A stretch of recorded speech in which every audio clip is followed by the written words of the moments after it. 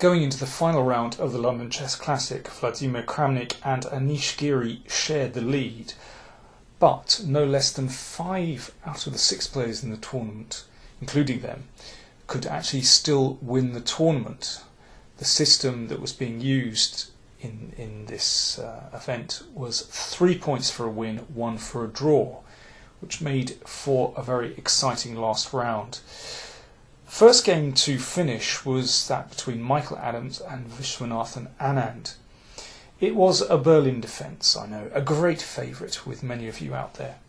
In fact, the Berlin, this endgame, isn't really an endgame. Kasparov himself says that the Berlin is really a queenless middle game, and it often leads to highly complex positions, including this one. It seemed as though Adams was getting somewhere. He'd advanced this a-pawn. His knight had blocked out the bishop on b7, and very often exchanging these bishops can be advantageous to white. But Anand had kind of soaked up the early pressure. He played a couple of extremely precise moves, including this bizarre-looking rook f8, which sometimes threatens this move f6. It was an extraordinary move. Black's big problem here is connecting the rooks. If Black can do that, normally he's doing fine in the Berlin, but of course, as the king has moved already, you can't actually castle. But here, Anand played extremely well. First of all, he exchanged off this dangerous knight. And this is perhaps where Adams missed a chance. He could have taken with the pawn. Now, this starts to get extremely double-edged. Then bishop takes, and now perhaps here's the move he missed. Instead of taking straight away, recapturing the bishop straight away, he can throw in this move.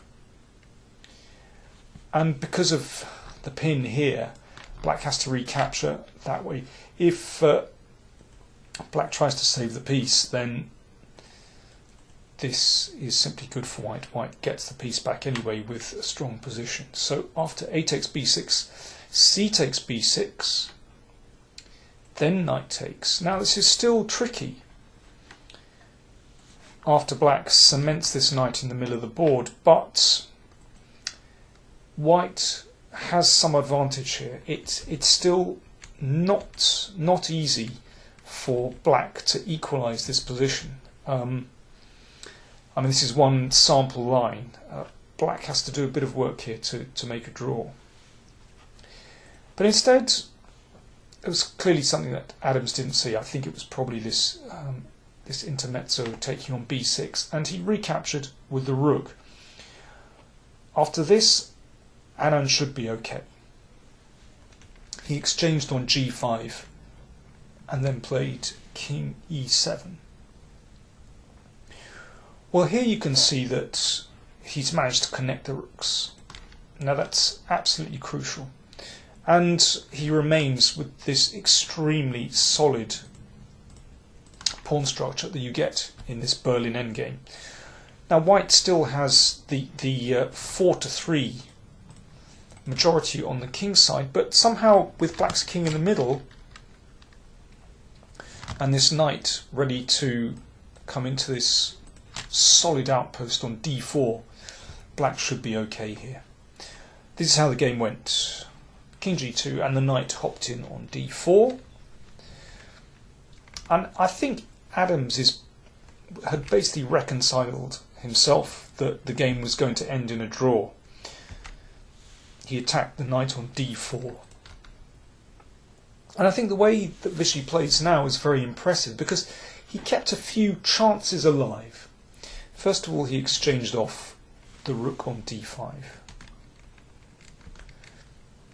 And here it's already slightly tricky for white. For example, if you exchange on b6, now there are several moves. Rook a1 springs to mind to bring the rook to an open file, but well, this rook and pawn endgame isn't absolutely clear. These pawns are vulnerable, and often the king can sit on e6. Another try in this position is, well, taking on d4, but this gives black a passed pawn, and then, yeah, well, if we can play c5 and then activate the rook, also a little bit problematic for white. After the game, the players thought that rook d3 was probably the safest way for white to play. And let me see. If black takes, then this king and pawn in game is a draw. Instead, Adams played knight g5. So he didn't want to improve black's pawn structure by exchanging on d4. And this is probably okay. For example, after pawn takes pawn, knight e4, and this ending should be fine for white. Or going back to this position, f6, then we can take g takes f6. Suddenly this is actually quite interesting for white. For example, king d7, then knight here, and the knight is going to spring back. Or after f6 takes, and just h4, cementing the knight, and white is pretty solid there.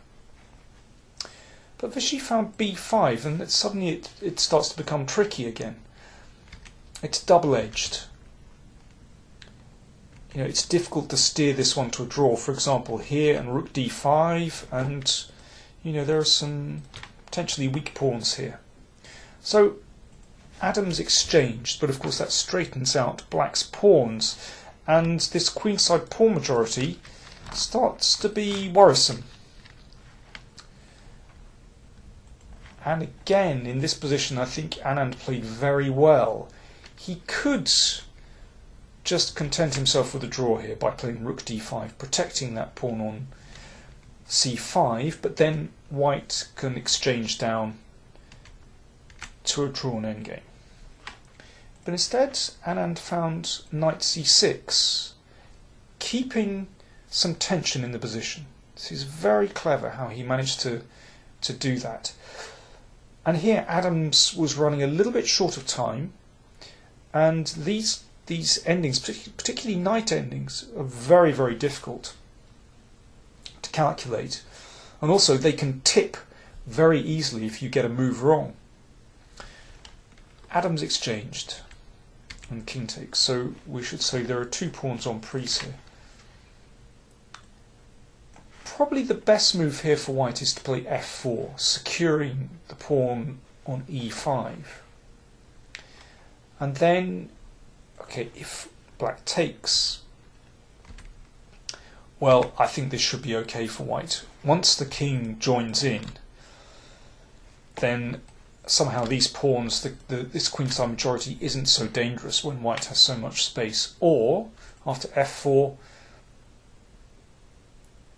let me see, c4, and then the knight plunges into d6, and well, now it gets very sharp. I can imagine that Adams might have looked at this and thought, this is a bit tricky. But again, I think with white's space and the king coming up the board, this should be okay for white. But Adams played e6, which looks like a safe option. But in fact, after this, suddenly black's king was much quicker to get into the centre. Of course, it's gaining a tempo against the knight, and white's king is far behind. So Adams tries, and now, for example, if the king comes across, then black moves in first and is ready to take this pawn, and these two pawns are extremely dangerous with the support of the king. I mean, that's what Adams should have tried, but it might have been a forlorn hope anyway. Instead, he played king f4, and he'd overlooked a very neat idea from Anand. It looks as though white's king is hoovering up a couple of pawns and then getting serious counterplay, but Anand has seen a very clever idea. The king pawn endgame is winning. Black is ahead in the tempi. And here, in fact, this knight is completely shut out of play. all these squares are covered. And if the knight tries to get round here with knight f4, well, in fact, there's no way in, no way to cover these pawns. So Adams took, a5 was played, and here the Englishman resigned. For example, knight f4, and it's impossible to stop that pawn queening. A really clean finish from Anand, beautifully calculated, I have to say.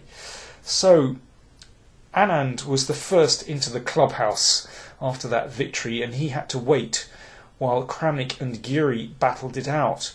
Kramnik was pressing there, but finally Giri held the draw, and Nakamura and Caruana was also a draw after 81 moves, a really well fought last round. So that meant there were 3 players tied on first, Anand, Kramnik and Giri, but Anand won the tournament on tiebreak, and the first tiebreak was if the number of wins scored with black, and in fact there was only 1 win scored with black in the entire tournament this game. So Anand is the winner of the London Chess Classic 2014.